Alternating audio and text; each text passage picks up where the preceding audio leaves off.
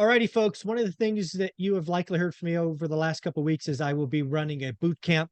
In addition to that, I put on a free event that had 500 plus folks registered for it.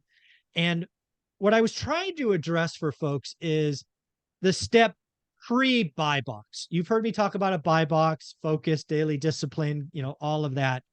But there are a lot of you that are like, Michael, I'm not even sure what market. Now, we're going to get into this in great detail in the boot camp. I hope to get a lot of great questions so I can develop more content after that. But without question, and you heard this in the free event, I think Privy will allow us to ask those questions. And we have the CEO of Privy on the line with me here. Benson, how you doing, Benson? I am good, Michael. I'm actually not the CEO. I am one of the Yeah, co-founders. I said CEO, and I'm like, no, he's a co-founder. But there we go. Yes, yes. I am one of the owners of Privy. My partner Scott Fall is the CEO, and Gotcha. he does a great job at it. But I appreciate you leveling me up. That was very nice of you. There you go. There. Well, hey, as one of the owners of the system and one of the visionaries that really launched this idea, taking it from what I'll call a flipping tool, I mean, no disrespect, to a buy and hold tool, which I love. You brought something to bear called a cash on cash return. So I have a lot of people that are like, Michael, I don't know where to go. I don't know where to start. And I have some thoughts on that. But one of the answers is, you know what? Pull up Privy and poke around for a little bit. Don't poke around forever, but Right. poke around and see what feels right to you. So I thought maybe you could show us and show us the power of Privy, and maybe it's the right answer for some folks. Yeah, for sure. And you just described analysis paralysis, right? Exactly. So there's a lot of good things about data, right? Data can inform us, it can educate us, it can guide us, but can also just be overwhelming. And in the past, most of the data that people would have access to would be like some spreadsheet, Yeah. or it would be a graph of some sort. And people have to look at that and make a decision on what it means. Like, what does it really mean? And how do you take action based off of some of these typical data informations that were available? And it wasn't very useful, honestly. I've been in the business for 20 years and I've seen all of that. And data is a little frightening to a lot of people. And so we've set it up in a way where it's visual, but it's more, in my opinion, it's more actionable. And so I'll show you how that looks. So let Okay. me go ahead and share my screen here and talk about this. One of the things I do want to mention is that we have data nationwide, so you can operate in any market. One of the things that helps Privy to be kind of ahead above the rest of the competition is our direct to MLS data. And wherever you see that blue is where those feeds are already live. The pink ones are the ones that are coming soon. And we just got off a meeting with our team, and they said there's another 7 markets coming in like really soon that we've already kind of tested. Nice. So we're always pushing those forward.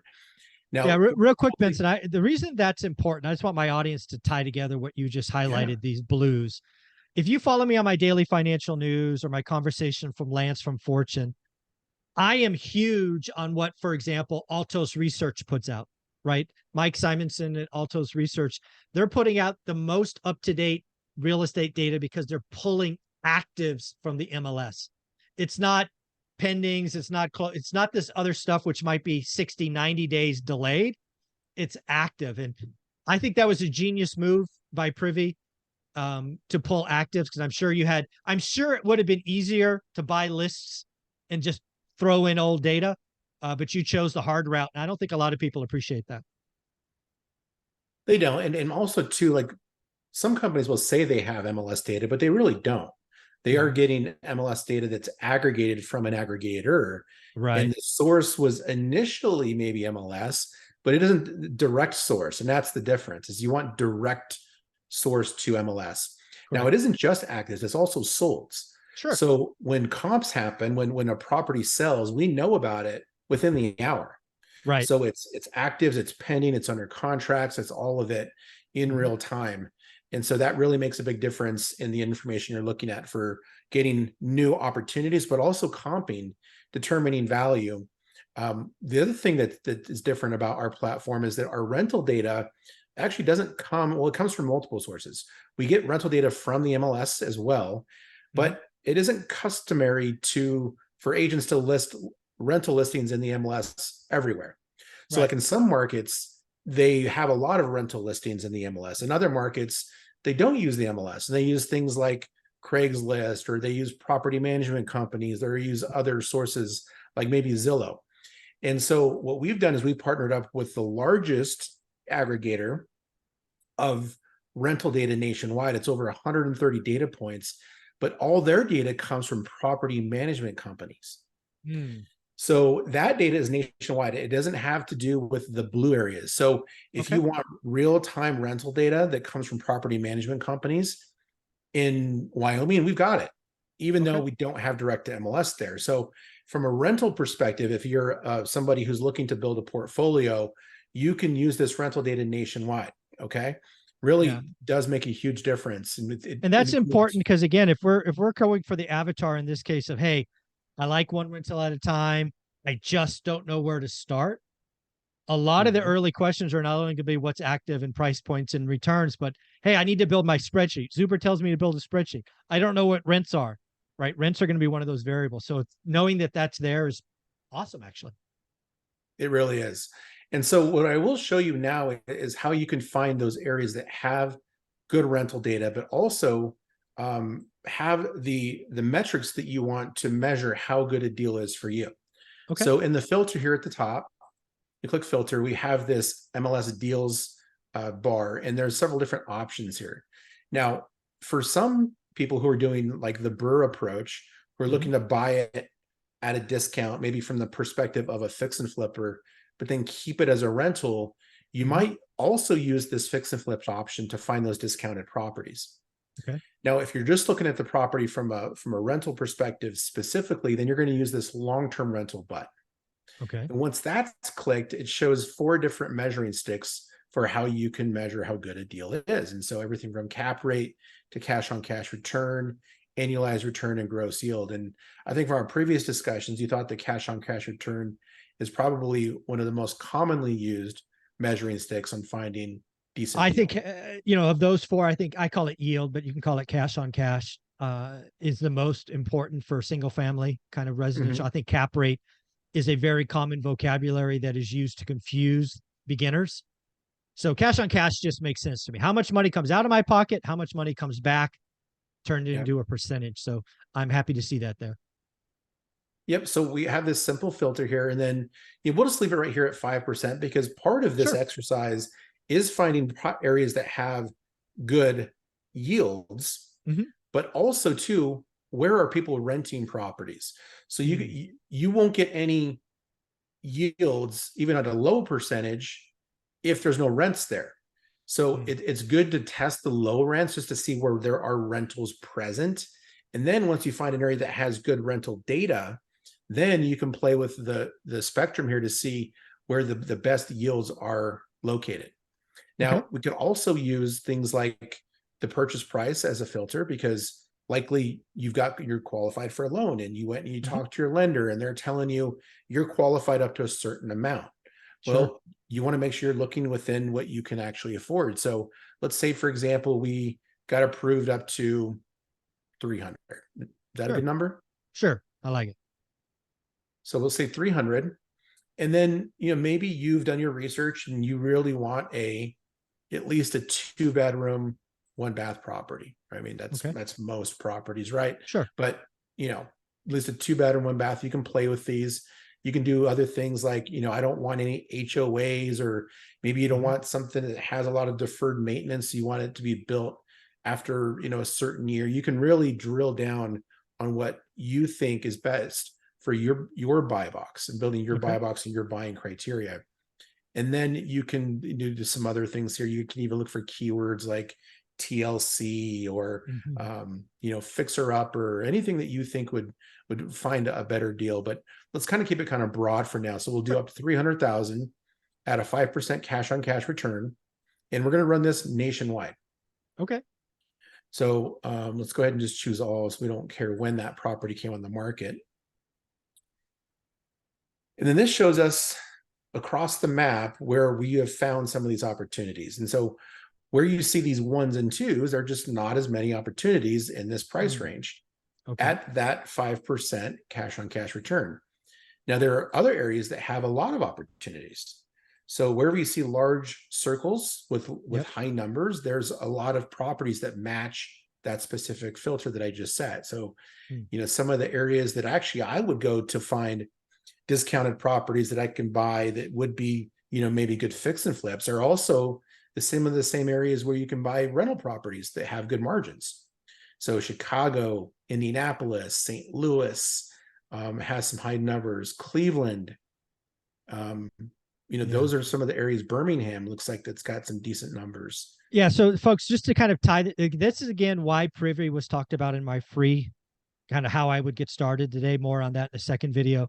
But what I hope you do with this is then you start to relate it to, hey, where do I have family? Where do I have friends? Do I know any successful investors there? Because using an application to simply guide you to a market because it has a high number does not guarantee success. You need to make sure you have infrastructure, people that'll tell you bad news. You need to protect yourself. But again, Privy can help you go, hey, I need to look here. Where can I build something out? And then if you could tie those two things together, you could be really onto something. 100%. I agree with that. And one of the things that I did to get around that was I found investor friendly agents in markets. And so I targeted the St. Louis market. I didn't know anything about it when I first started looking at that market. Right. But when we get into a certain area, you can actually find investor friendly agents by using the Privy tool to go in and find people who can be those boots on the ground for you, the people that can give you those the information that's useful. It would be nice to have a family member, but are they going to be able to give you that real estate insight, the education that maybe an agent would have? Possibly. Sure. But likely if you just have a family member there, it's Uncle Joe. I mean, does he know where he can get a good deal? No. Maybe not. Yeah. Again, this is, I love this conversation because in that example, I would love to have Uncle Joe drive by once a month and just tell me, hey, your renter is parking on the grass. Yes. Right. Because I want somebody to double check the landlord. But again, the whole idea of Privy and how it kind of fits with one rental at a time is it's help answering those early questions. Where might I look?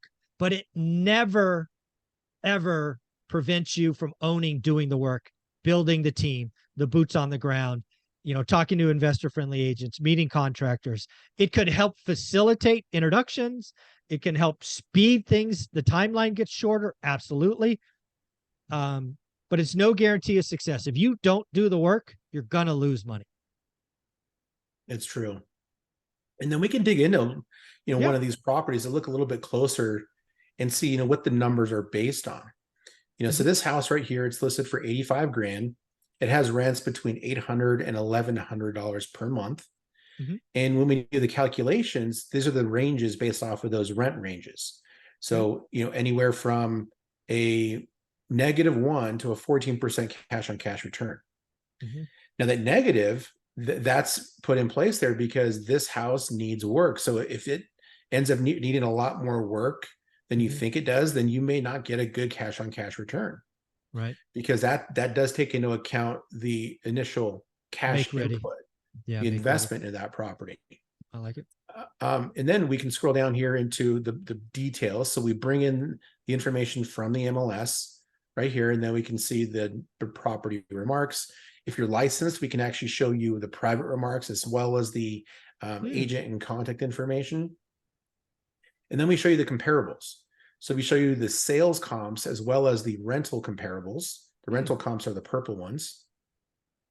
And the closest rental comp is right here. That's the one that's at 800.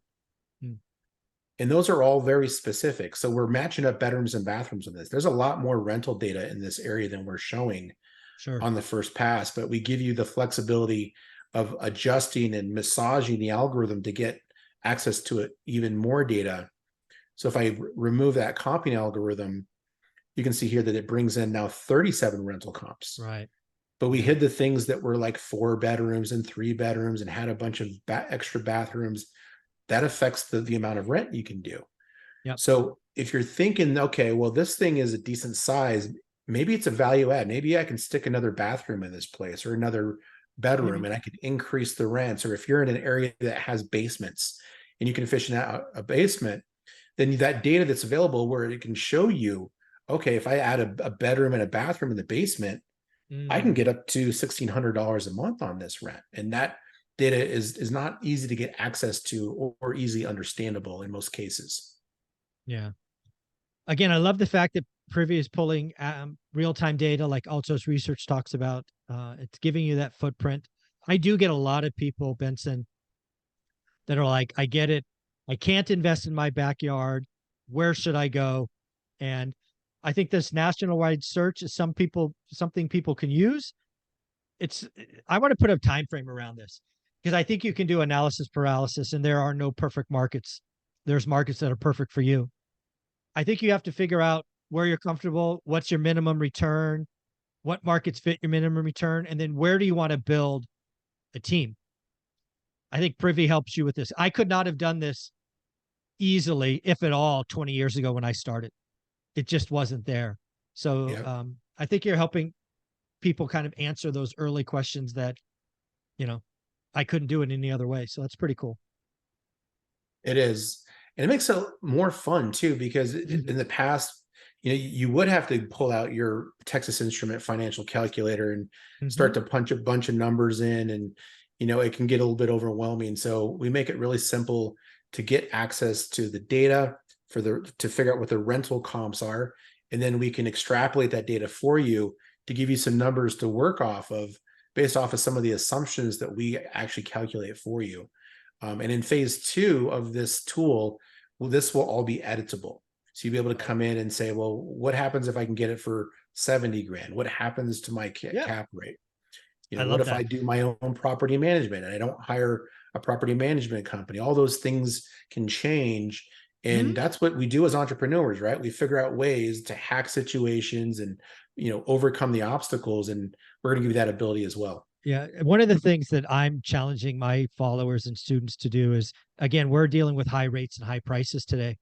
And if you're shopping for markets, listings that are over 30 days, which is my minimum today, I'm actually challenging them to say, at what price could I pay and get the yield that's acceptable to me?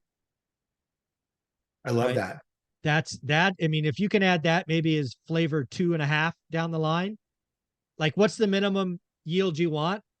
Like today it's a -3, but I won't do it unless it's a 4. At what price could I pay given existing interest rates? I think that'd be super sexy. Absolutely. And then you could even put another challenge on top of that, which is, okay, this house is unrenovated. Mm-hmm. It rents for $800 as is. But Right. what kind of renovation do I have to do to this house to get it to a There you go. $1,500 a month Now you're rent? talking. And now I'm adding another layer of value add, not just by getting it at a discount, but Mm-hmm. making it so I can get more rent out of it too. Yeah.